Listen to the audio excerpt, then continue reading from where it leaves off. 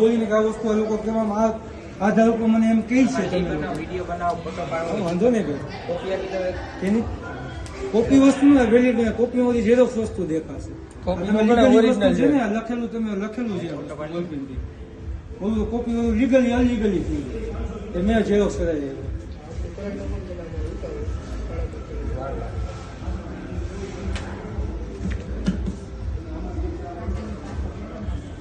હાલો red હાલો પૂછી લ્યો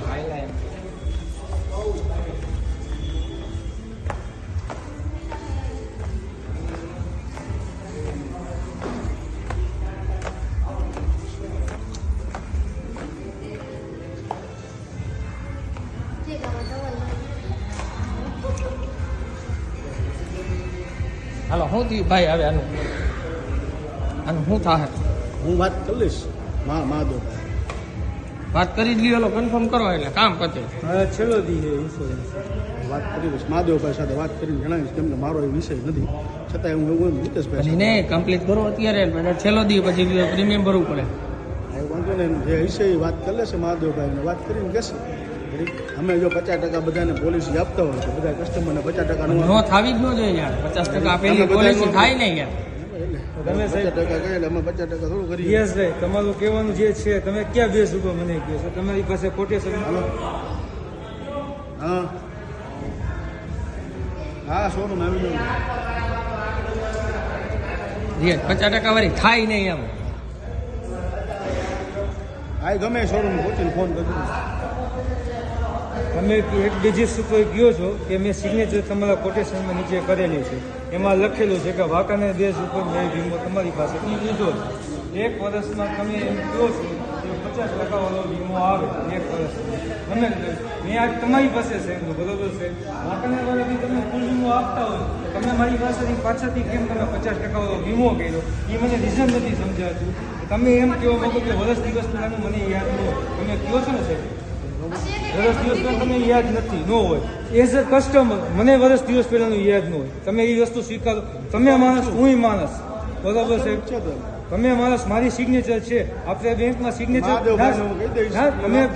તમે બેંકમાં સિગ્નેચર સાહેબ કરો બરોબર તમે ધારો કે છેકછાક કરો અને બીજી સિગ્નેચર કરો તમે નીચે સિગ્નેચર કરાવો એ વસ્તુ તમે મને એમ કહેવા માંગો મેં એમાં લખેલી છે તમે ઉપર કે વાંકાને તમે મેં વીમો આપ્યો છે તમને બરોબર વાંકાને પ્રમાણે મેં વાંકાને તપાસ કરીને ત્યાં એ લોકો બી એમ કહે છે કે 100% વીમો આપે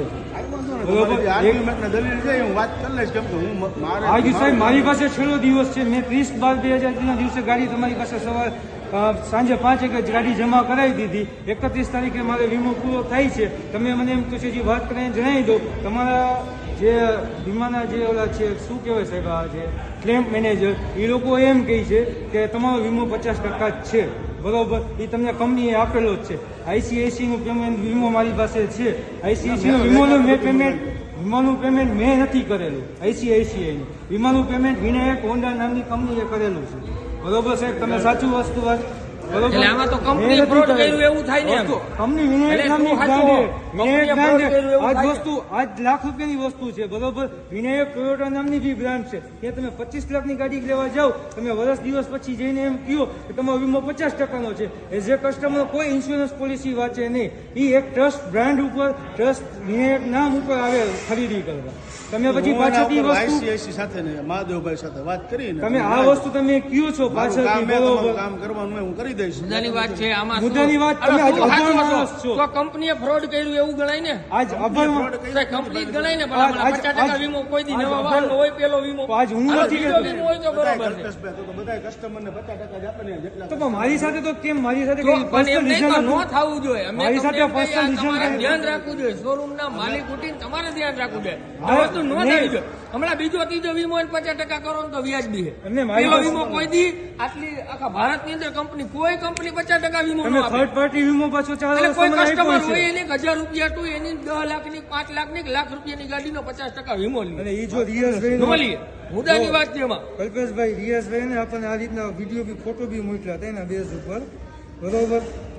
જે આ રહ્યો આ વસ્તુ ઉપર એમ કહેવા માંગે છે કે તમે વાંકાનેરમાં પોલિસી લીધી છે ને આ વિડીયો એ તમારો વીમો છે બરોબર, પણ વાંકાનેર આ દેશ ઉપર મને કહી છે તેમાં એની છેકછાક બી છે. હા, એમાં એટલે હું એ લેખો વસ્તુ માન્ય રાખું કે આ વસ્તુ પાછળથી બી થઈ શકે. હું કહેતો નથી, પણ રિયાઝભાઈ નું કહેવાનું એમ થાય કે વર્ષ દિવસ પહેલા વસ્તુ બને, વર્ષ દિવસ પહેલા વાંધો વસ્તુ નહીં, થાય તમારે બરોબર. વિડીયો ઈ બીજું ઉતારી એમ કહે છે કે સીએસ મારું મેં સિગ્નેચર કરેલી છે બરોબર, મેં સિગ્નેચર મારી છે. કામ કર જાડા 1 કલાકની અંદર તું આ બધું એનું સોલ્વ કરાવી નાખ. મારા થશે તો હું કરી દઈશ પાકું. આ સિગ્નેચર કહે છે મને કે ટોયોટો બ્રાન્ડ વિનાયક છે, 25 લાખ તમે ગાડી લેવા જાઓ, કાલ સવારે તમને એમ કે વર્ષ દિવસ પછી તમે વીમો ઉતારવા જાઓ તો વસ્તુ શું સમજવાનું, તમે 25 લાખની 50 લાખ 10 લાખ રૂપિયા ટોટલી લઈને તો તમારા પૈસા ક્યાં ગોતવા જાઓ. આ વસ્તુ ફ્રોડ થાય છે. હું એક એઝ અ કસ્ટમરને રિક્વેસ્ટ કરી પણ વસ્તુ એ લોકો મને સમજી ન શક્યા. એને મને ડોક્યુમેન્ટ પ્રૂફ આપ્યા, મેં તેને દેખાડ્યું, તોય છતાં એ લોકો એમ જ કહે છે કે તમે વાંકાનેર છે એ પ્રમાણે તમે પોલિસી લીધી, પણ વાંકાનેર વાળા ફૂલ વીમો આપે છે એવું મારે આઈડી પ્રૂફ ફી છે, એવું નથી ઇન્સ્યોરન્સ કે આ લોકો જે કહે છે એને હું સમજી શકું.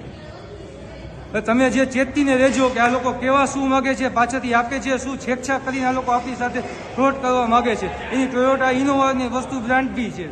એવું નથી. એક વસ્તુ છે આ લોકો આપણની સાથે ફ્રોડ. મારે આજે 31 તારીખે છેલ્લો વીમાની લાસ્ટ ડેટ છે બરોબર સાહેબ, એટલે મને કાલ સુધી વીમો નહીં મળે મને ખબર છે.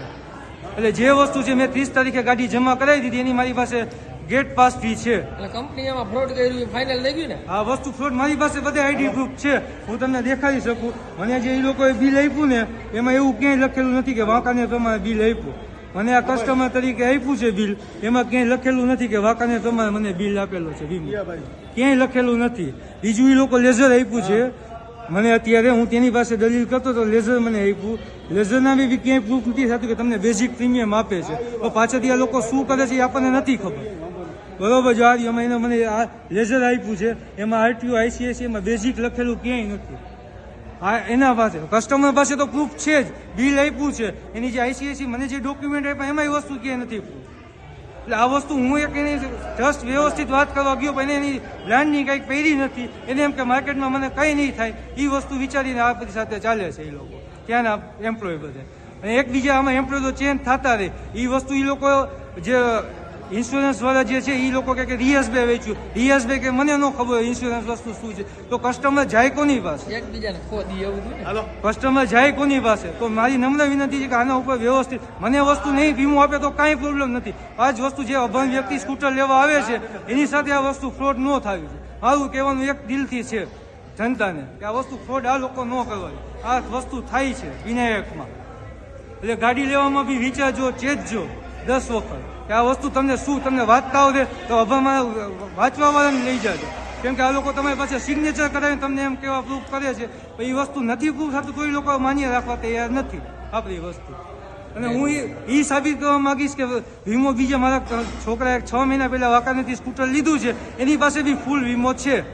અને એ લોકો એમ કે તમારે 6 મહિના પહેલા વાત મને કરી છે, જ્યારે સ્કૂટર ભટકાય ત્યારે જ માણસ ક્લેમ કરવા આવે, ત્યાં લગી કોઈ ક્લેમ કરવા ન આવે. ત્યાં લગી તમે જો એમ વસ્તુ સમજતા હોય કે આ લોકો 50% છે આપણું હાલી ગયું, 1000 રૂપિયા જે કમાઈ ગયા એ કમાઈ ગયા અને કસ્ટમર નહીં કરે તો આ વસ્તુ આ લોકો કરે છે. એટલે ચેતીને રહેજો. આપણે રિયાઝભાઈ બી છે, આપણે જે રિયાઝભાઈ સાથે જ બધી ચર્ચા કરી, રિયાઝભાઈ જ આપણને બધી વસ્તુ જણાવ્યું આ રીતે.